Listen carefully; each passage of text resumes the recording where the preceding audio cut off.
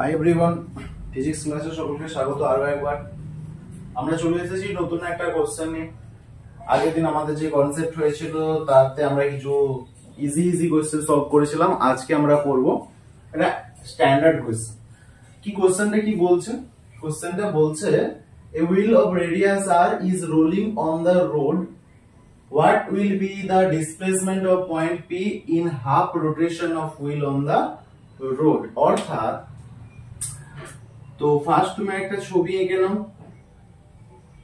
এটা মনে করো একটা চাকা, যেটা রেডিয়াস হচ্ছে r, তাহলে রেডিয়াস হচ্ছে আমার r।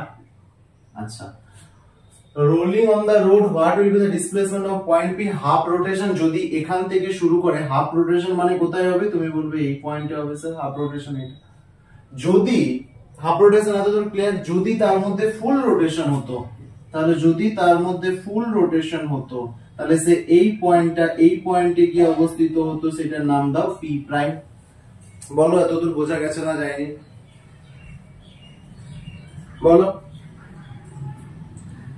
ওকে, তাহলে যদি এই হাফ রোটেশনের রেডিয়াসটা হচ্ছে r, তাহলে এই পুরোটার রেডিয়াসটা এখানে আমি কাউন্ট করব। কি লিখবো? তুমি বলবে স্যার 12 লিখুন। আবার আর আমাকে এখানে বার করতে বলেছে, কি বার করতে বলেছে? ডিসপ্লেসমেন্ট, মানে ডিসপ্লেসমেন্ট এই পয়েন্ট থেকে এই পয়েন্টের ডিসপ্লেসমেন্টটা বার করতে বলেছে। ডিসপ্লেসমেন্ট মিন্স কি? Shortest distance.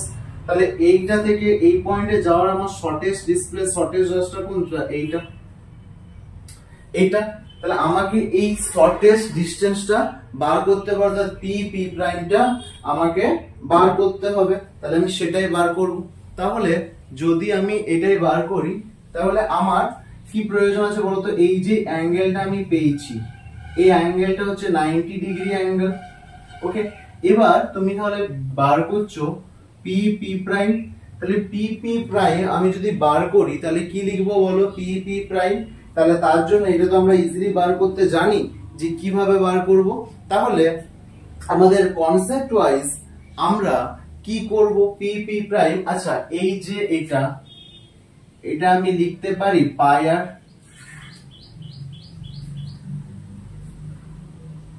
পাই, অবশ্যই পাই।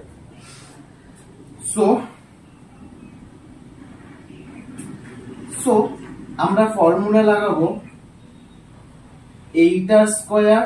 তাহলে আমরা বার করতে চাইছি কোনটা? এইটা। তাহলে একটা ত্রিভুজের দুটো বাহু যদি আমরা জানি, 3 নম্বর বাহু বার করার ফর্মুলা আমরা জানি। তাহলে আমরা এইটা পাই আর তার হোল স্কয়ার প্লাস 2r তার হোল স্কয়ার। তাহলে এইটা করলে আমরা কি পেয়ে যাচ্ছি? তাহলে এটা করলে আমরা পেয়ে যাচ্ছি পাই স্কয়ার আর স্কয়ার প্লাস 4r স্কয়ার। তাহলে এটা আমরা পেয়ে গেলাম। তাহলে আর স্কয়ার যদি আমি কমন নিয়ে নিই, এখানে পড়ে আছে পাই স্কয়ার প্লাস 4 পড়ে আছে। তাহলে আর স্কয়ার কে এখান থেকে বার করে নিলে ভিতরে পড়ে আছে পাই স্কয়ার প্লাস 4। তাহলে তোমার অ্যানসার হয়ে গেল কোনটা? অপশন সি তোমার অ্যানসার হয়ে গেল। বলো বোঝা গেছে না যায়নি? বলো বোঝা গেছে না যায়নি?